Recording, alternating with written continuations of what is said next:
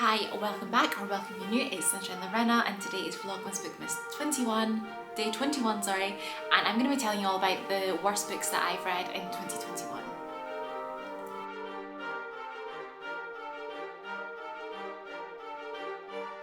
So guys, yes, the worst books that I read in 2021, some of these are absolutely terrible, like what did I put myself through by reading these? And some of them were a bit disappointing at the same time as well, because I was expecting more from them. Yeah, I'm going to be taking you all through my worst books of 2021, and yeah, let me know if you've read any of these and if you agree or if you don't agree, because I could be completely wrong on all of these.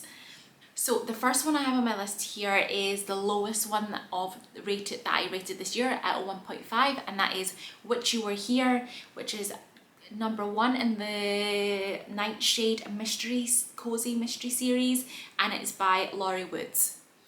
I absolutely hated this, which is why I gave it a 1.5. There are several reasons why I did not like this book. So first of all, I started to get into cozy mysteries this year. I really enjoyed them, and in the run up to like spooky season, I thought, why not try a paranormal cozy mystery and see if I like those, because that would be perfect to read in October. And it didn't go well, guys. As you can tell, it did not go well. They're not for me. They are not for me 100%. And this one in particular I thought was really bad. And I'm just looking on Goodreads, and the average rating on this is 3.87, which seems really high for the quality of this book. So in this one, our main character is Susie, and her and her cat are lured through a gate at the old cemetery, and they end up going into this world of magic. They don't quite realise yet, it takes a little while before she realises that she's no longer in the world that she knows. And yeah, she discovers when she's through there that she's the new and powerful White Witch of Nightshade.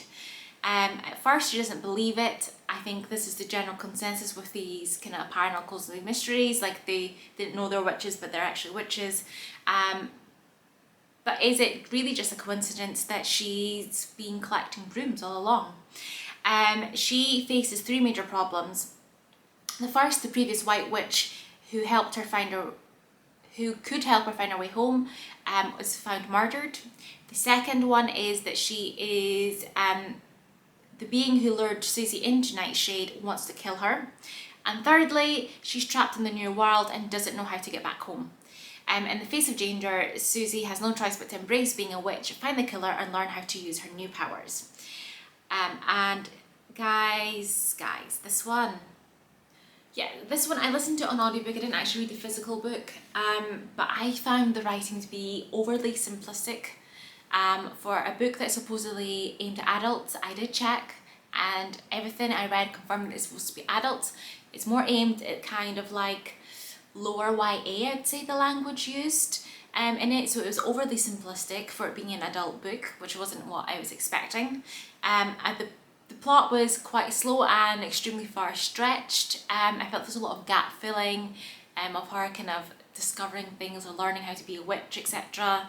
The characters really aren't well developed in this, I felt, and I didn't connect with them at all. And yeah, I will not be picking up the rest of the series 100%. I just hated it. Let's move on, because it's a bad book, guys. It is a bad book. I hated it.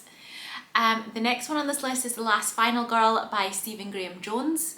I didn't like this one, but I was also disappointed by it. I gave this 2 stars, and I was disappointed because I had read a couple of Stephen Graham Jones' other books and I really enjoyed them, so I did have much higher expectations for this one. However, I think this was one of his first books he wrote. I think it might be... so I listened to this one on audiobook, and this one, it's written in a way that essentially is supposed to be like a screenplay, and I think this is why I had issues with it, because it's not written in a normal descriptive style. It would be like, from their POV, blah blah blah blah, and I didn't get on with that writing style. So we started off with like a final girl who she's defeated her like evil person that's coming after her, and this essentially is like the sequel.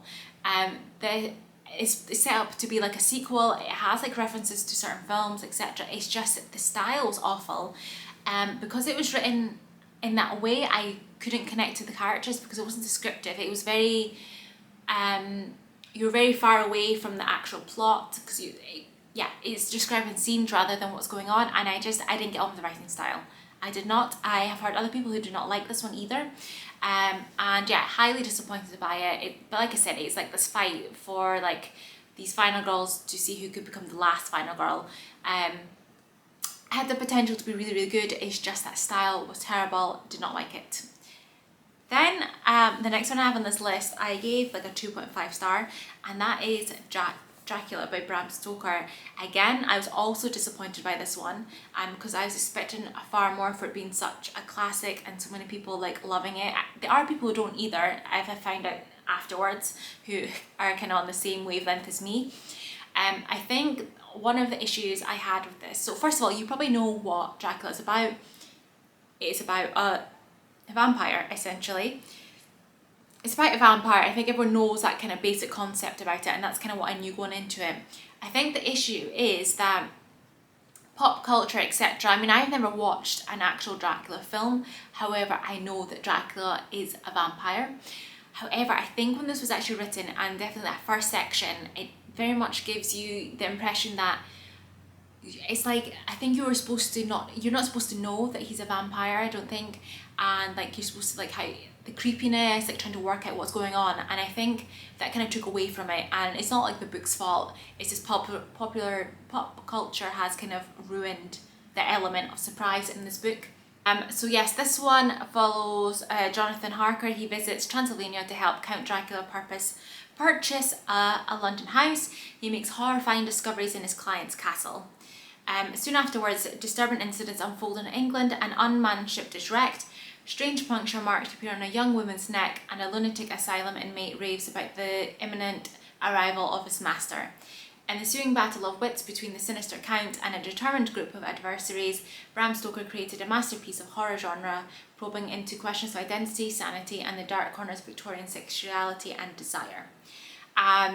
Like I said, it had the potential to be so great. I think the other thing with this is, I mean, it says it's called Dracula, right? So you expect Dracula to be the main character, whereas he's only really a character for about the first 60 pages.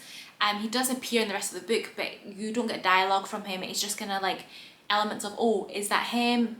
And them kind of pursuing him, etc. But you don't actually then see him as a character again, have an interaction with him speaking any dialogue.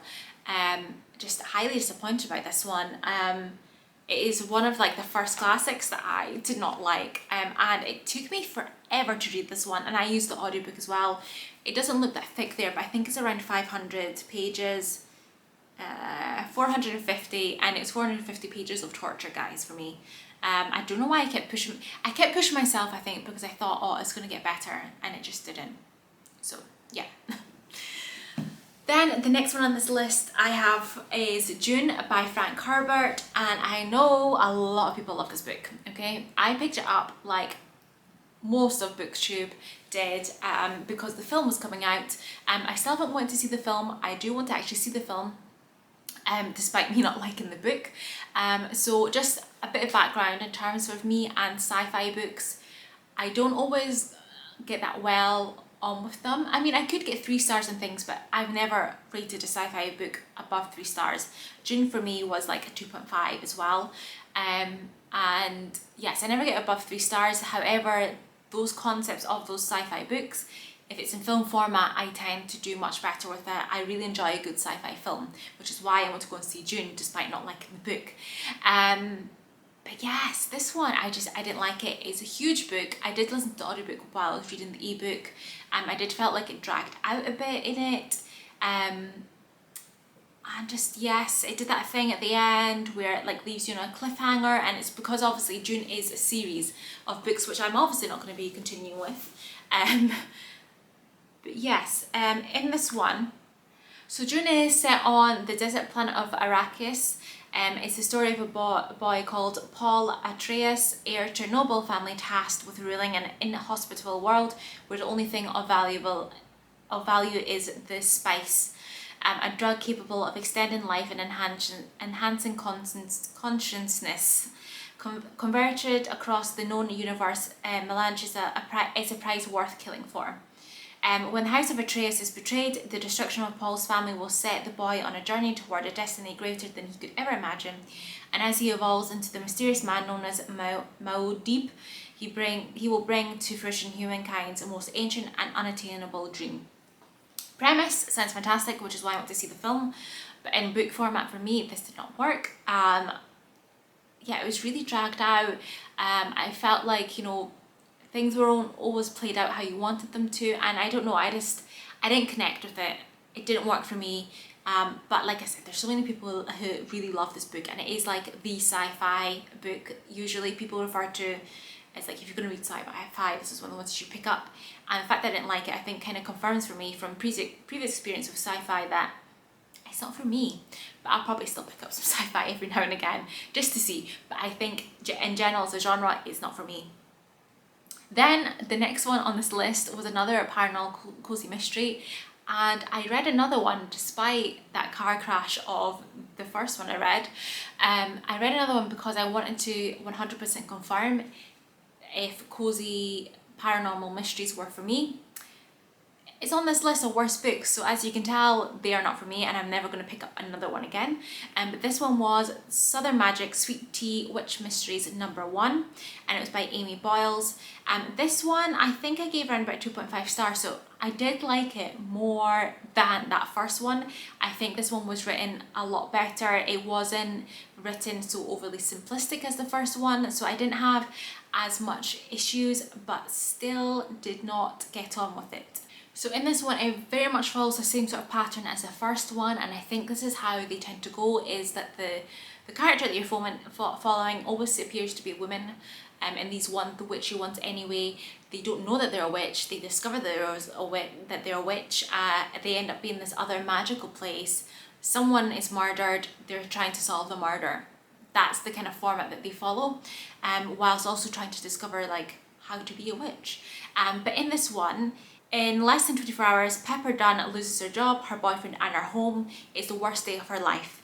But when Pepper discovers she's a witch and has inherited the most important store in the magical town of Magnolia Cove, Alabama, she is happy as a pig in mud. Too bad the shop's a familiar pet store and Pepper doesn't like animals. Not even a teensy bit. Determined to sell the shop and get the heck out of town, Pepper's plans go haywire when a local store owner winds up dead and Pepper gets accused of murder. Thrust into a magical mystery, Pepper teams up with a mysterious private detective and a cat so traumatized by the murder that she's not talking. And that cat could hold the key to Pepper's innocence. Now Pepper must avoid trouble, solve the mystery, and placate her new grandmother, who keeps a strict 10 PM curfew that's enforced by the talking end of her shotgun. Sounds like a simple day in the life, as if can Pepper solve the murder, or will she become the next victim of the Magnolia Cove murder? And most importantly, will Pepper learn to love the animals she's in charge of? So yeah, that's the premise. Like I said, I didn't like it. Better than that first one that I picked up, but they're definitely not for me. Actual cozy mysteries, love them. So if you have any cozy mysteries, but not paranormal ones, to recommend me, please let me know, because I do enjoy them, but these witchy ones, honestly. And I don't know if they get better if you read the second one, because they've already discovered they're a witch, and maybe it's less of, oh, I'm a new witch, but I don't know if they do, and I don't want to take that risk. So yeah, lesson from 2021 is no paranormal murder, the kind of cozy mysteries for me. Then we have here The Refugees. This is a short story collection. This one, it is following people who have immigrated to America from Vietnam, and it follows like that at various different points in time, and there's different stories. It's not necessarily a journey to America, sometimes it's after they've been in America for a while, but it's stories of Vietnamese immigrants and their stories basically in America. Yeah, so it gives voice to lives led between two worlds, the adopted homeland and the country of birth. From a young Vietnamese refugee who suffers profound culture shock when he comes to live with two gay men in San Francisco, to a woman whose husband is suffering from dementia and starts to confuse her with a former lover, to a girl living in Ho Chi Minh City whose older half-sister comes back from America having seemingly accomplished everything she never will. The stories are a captivating testament to the dreams and hardship of immigrations. But yes, I didn't get on with this one. I gave it, again, I think it was around about 2 stars, 2.5. And I think it's because there's some of these stories that I really did enjoy. And I do think they are written well. I suppose it was kind of sold, from that premise, you're sold it as, the story of immigration, of people from Vietnam to America. You're sold that's what it is. However, some of these stories could have been anyone in America or anyone in the world sometimes. So it's not necessarily about that journey of their life as an immigrant in the United States. Yeah, some of them literally could have happened to anyone. It doesn't matter if they were from Vietnam or not and they immigrated to America, it was irrelevant. Okay, sorry, my memory card was full. I've quickly emptied it, so I was in the middle of speaking about this, but yes, basically the stories weren't necessarily to do with the fact that they were immigrants, and I suppose that's kind of what led me to believe what it was about. Like I said, some of them I didn't really like that much, some other ones I did like. So even if it wasn't so much that issue with what the premise was, what we were told it was going to be, it still wasn't going to be that highly rated book for me anyway, just because the majority of the actual stories I thought were okay. I didn't think they were fantastic. But yeah, that's it for that one. And then the very last one on my list here is The Devil in the White City by Erik Larson. This is a non-fiction book. So yes, this is a non-fiction book. So the author is writing about the incredible events surrounding the 1893 Chicago's World Fair. And yes, it follows two men. You have Daniel H. Burham, the architect responsible for the fair's construction, and then you have H.H. Holmes, a serial killer masquerading as a charming doctor.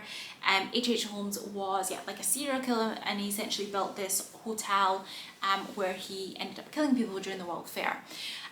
So with that premise, I'm expecting both sides of the story. You're following the story of the building of the fair and H.H. Holmes. So I was expecting at least a 50-50 split. However, H.H. Holmes section is about 30% and the World Fair stuff is about 70%.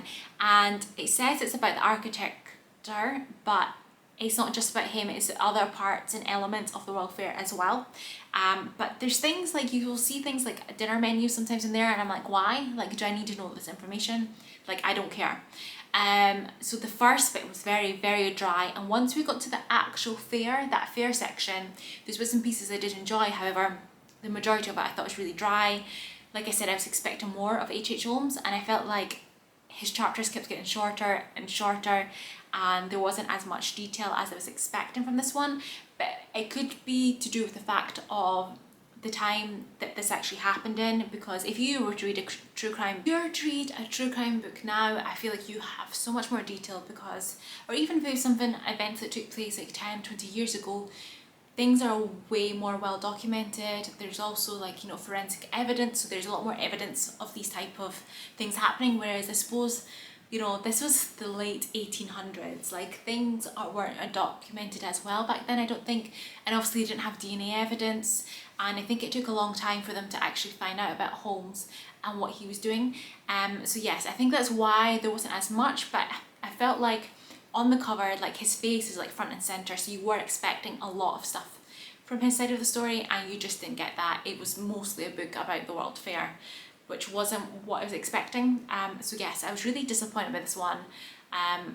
Wasn't a big fan, but it was good to learn some information about H.H. Holmes, and like I said, I did like those chapters. It's just the overall experience for this was just not good for me. And that's it. That is all of my worst books of 2021.